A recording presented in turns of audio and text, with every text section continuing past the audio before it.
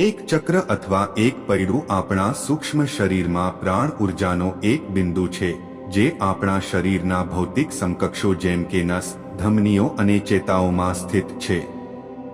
જ્યારે પણ પ્રાણ અથવા જીવન શક્તિ અવરોધિત થાય છે ત્યારે તેને છોડવાની ખૂબ જ ફાયદાકારક રીત છે.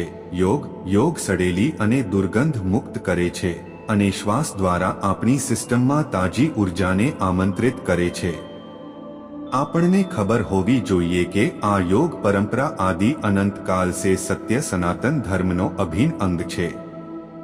યોગનું ક્ષેત્ર ખૂબ જ વિશાળ છે, જેના દ્વારા વ્યક્તિ તે બધી વસ્તુઓ પ્રાપ્ત કરી શકે છે જે સામાન્ય માણસ માટે શક્ય નથી. યોગથી તમે અલૌકિક શક્તિના જાણકાર બની જશો. તેના કારણે તમારામાં એક અલગ પ્રકારની ઉર્જાનો સમાવેશ થાય છે. તમારું જીવન આનંદથી ભરેલું હશે. ત્રિદેવ, જેઓને બ્રહ્મા, વિષ્ણુ, મહેશ તરીકે ઓળખવામાં આવે છે, તેઓ યોગના મહાજ્ઞાતા છે. યોગથી ત્રિદેવ પોતાના કર્તવ્યને પૂર્ણ કરવામાં સક્ષમ છે અને આખા બ્રહ્માંડને સંચાલિત કરે છે. મિત્રો, આજે અમે તમને શરીરમાં રહેલા 7 ચક્રો વિશે જણાવવા જઈ રહ્યા છીએ. જ્યોત દ્વારા ચક્રને કેવી રીતે જાગૃત કરવા, વિડીયોમાં તમને સંપૂર્ણ જાણકારી આપવાનો પ્રયત્ન કરીશું. મિત્રો, સૌથી પહેલો મૂલાધાર ચક્ર છે. તે ગોરદા અને લિંગની વચ્ચે 4 પંખુડી વાળો આધાર ચક્ર છે. 99.9 લોકોની ચેતના આ ચક્રમાં અટકી રહે છે અને તે આ ચક્રમાં રહીને મૃત્યુ પામે છે. જેઓના જીવનમાં ભોગ, સંભોગ અને ઊંઘને પ્રાથમિકતા આપે છે તેઓને ઉર્જા આ ચક્રની આસપાસ એકત્રિત રહે છે.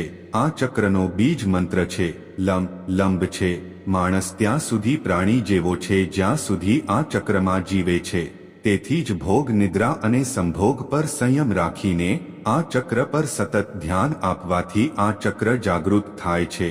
આ ચક્રને જાગૃત કરવાની પદ્ધતિ: તમે એક જગ્યાએ આરામથી બેસો, તમારી કરોડરજ્જુને સીધી રાખો અને તમારું ધ્યાન તમારા પેરિનિયમ પર એટલે કે ગોરદા અને લિંગની વચ્ચે કેન્દ્રિત કરો.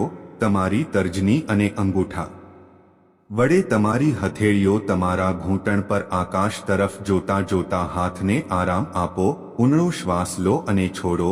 આ ચક્રને જાગૃત થવા પર વ્યક્તિમાં બહાદુરી, નિર્ભયતા અને આનંદની લાગણી જાગે છે.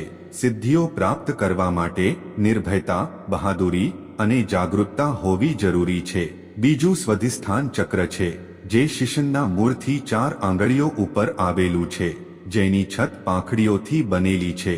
જો તમારી શક્તિ આ ચક્ર પર કેન્દ્રિત હશે તો તમારા જીવનમાં આનંદ, મનોરંજન, મુસાફરી અને આનંદ થશે. આ બધું કરવામાં તમારું જીવન ક્યારે સમાપ્ત થઈ જશે તમને એનો અહેસાસ પણ નહીં થાય અને અંતે તમને પસ્તાવો થશે.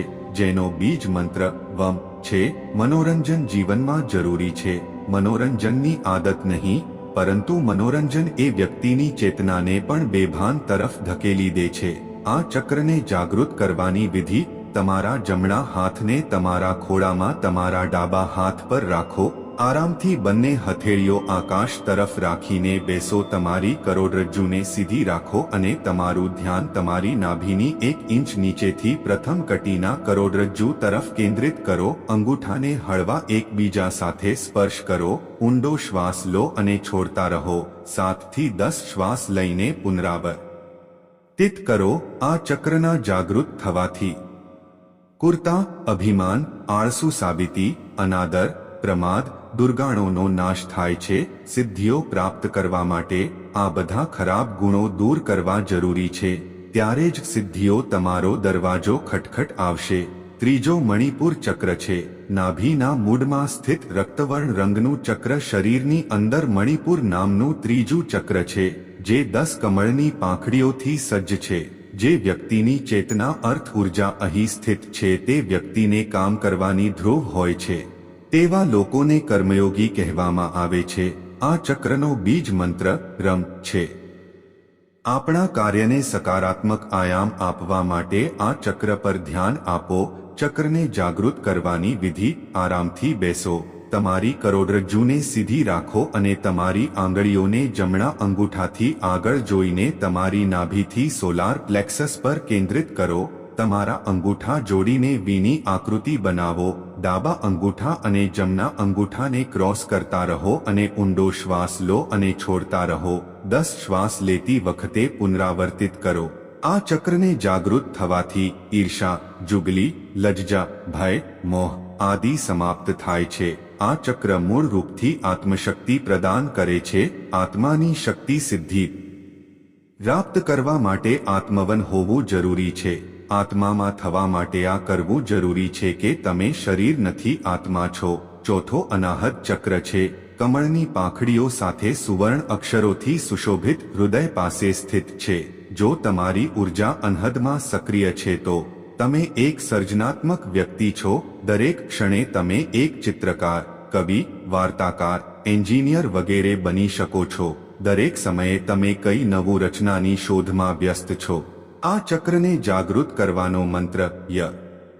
હૃદય પર સંયમ અને ધ્યાન લગાવવાથી આ ચક્ર જાગૃત થાય છે. ખાસ કરીને રાત્રે સૂતા પહેલા આ ચક્રનું ધ્યાન કરવાથી તે અભ્યાસ સાથે જાગૃત થવા લાગે છે. સુષુમ્ના આ ચક્રમાં પ્રવેશ કરીને ચક્રને બેદી નાખે છે. ચક્રને જાગૃત કરવાની પદ્ધતિ: આરામથી બેસો.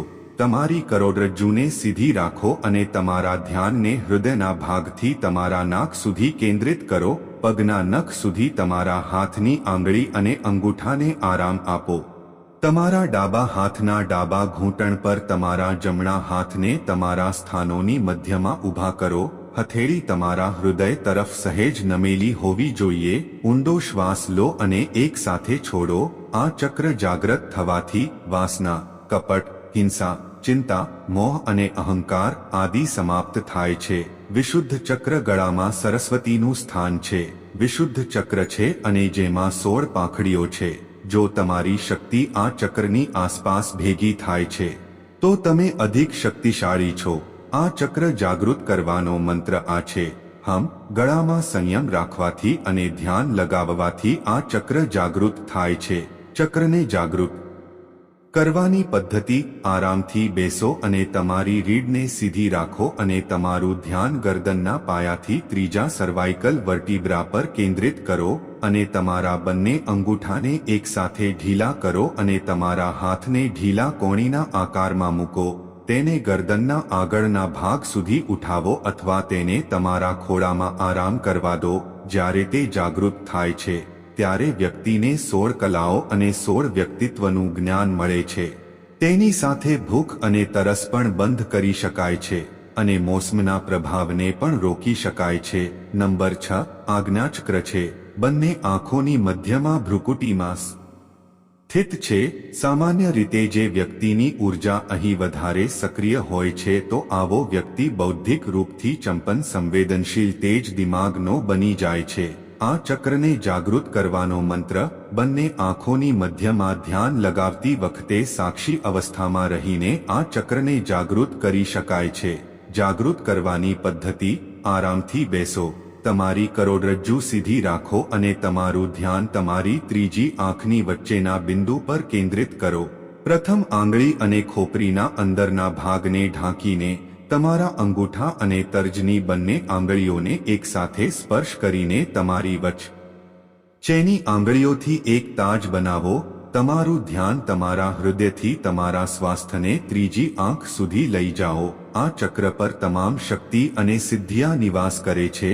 ચક્ર જાગૃત થવાની સાથે જ બધી શક્તિઓ જાગૃત અવસ્થામાં થઈ જાય છે અને વ્યક્તિ એક સિદ્ધ પુરુષ બની જાય છે. 7મું સહસ્ત્રાર ચક્ર છે. આ ચક્રનું સ્થાન મગજના મધ્ય ભાગમાં હોય છે. यदि વ્યક્તિ યમ નિયમનું પાલન કરવાની સાથે સાથે અહીં સુધી પહોંચી ગયો છે તો તે આનંદમય દેહમાં સ્થિત થઈ જાય છે. આવા વ્યક્તિઓને સંસાર, સંન્યાસ અને સિદ્ધિઓથી કોઈ મતલબ હોતો નથી. મૂલાધારમાંથી પસાર થઈને જ આ ચક્ર જાગૃત થાય છે અને તે વ્યક્તિ પરિશ્રમનો દરજ્જો પ્રાપ્ત કરે છે. લાંબા સમય સુધી અભ્યાસ અને ધ્યાન કરવાથી આ ચક્ર જાગૃત થઈ જાય છે અને વ્યક્તિ પરમ પરમેશ્વરને પ્રાપ્ત કરે છે.